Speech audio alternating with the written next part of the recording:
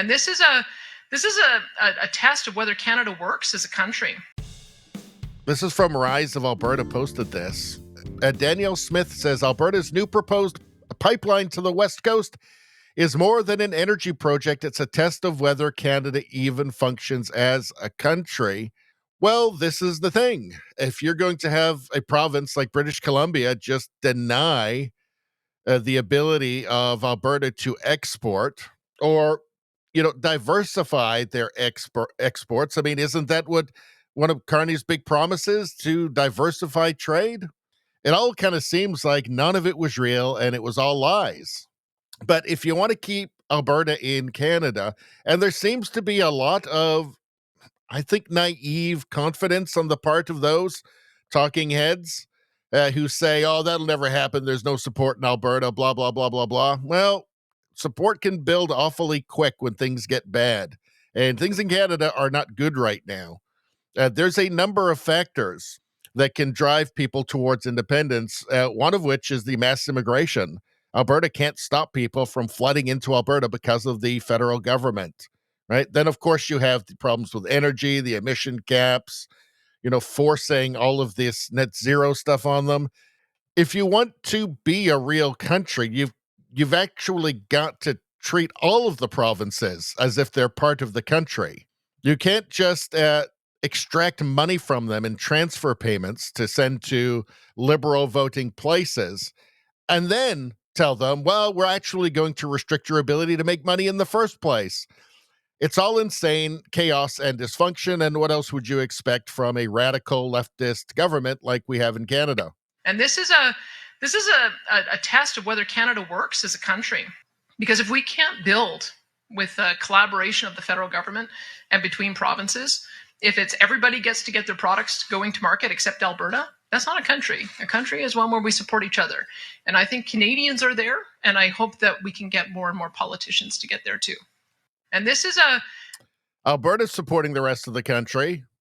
It's supporting Ottawa. It's supporting Quebec with massive transfer payments, right? Alberta's doing its part, and it actually wants to do even more if it's allowed to, if it's not demonized, if there's any sense in this country left, right? They would listen to Danielle Smith, who I think is by far the best premier in the country. I think she'd make a really excellent federal leader as well, federal conservative leader, although she has expressed zero interest in that. But yeah, this, again, those people who would just shrug off, just say, oh, no, there's no way Alberta would become independent, and there's no support, and there's no real organization. That stuff is all happening, and it's building. There's a line where when you cross it, anybody will just go, okay, my life has become bad enough at this point where I just have to throw away all of my old assumptions and loyalties and just have to vote for my own survival at this point, for my future, for my children, for my friends, for myself. But yeah, it can happen. History goes slow, and then real fast. People wake up and all of a sudden the world's very different. And there is absolutely the possibility that people wake up and Canada's not Canada anymore, and Alberta's not Canada. That can absolutely happen. Not tomorrow, not next week, not next month, not next year, but it can definitely happen. So here's Danielle Smith. If you didn't like her enough already, here she's talking about the World Economic Forum. Let's check this out. What are your views on the World Economic Forum? Well, I'm not a young global leader of tomorrow. I've never been to one of their events, and I look at Pierre Poilievre saying that he doesn't intend to go to their events and doesn't intend to have his ministers involved in them either. And I take the same view. But why? You're still not explaining what your views are on the World Economic Forum. Like, what do you find distasteful about it?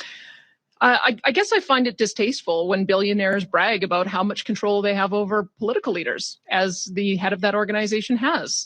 That we penetrate the cabinets. So yesterday I was at a reception for Prime Minister Trudeau, and I know that half of this cabinet, or even more, half of this cabinet, are actually young global leaders of the World Economic Forum. And I think that that is offensive. The people who should be directing government are the people who vote for them.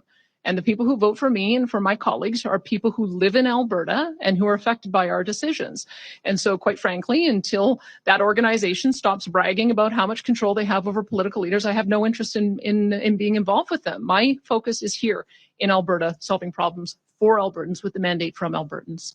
And you can hear by the way the question is posed that reporter loves the World Economic Forum. I mean, this is all just religion for them, right? This is all just religion for them. They just automatically, reflexively, oh, it's a globalist thing. Conservatives don't like it. Oh, it must be good, right? I think it's offensive that you have globalist leaders getting together in Davos and making all of these dystopian plans for everybody. Anyway, that's all I'm going to say about that. Please like, share, and subscribe. Subscribing really helps me out. I thank you for that. I will see you next time.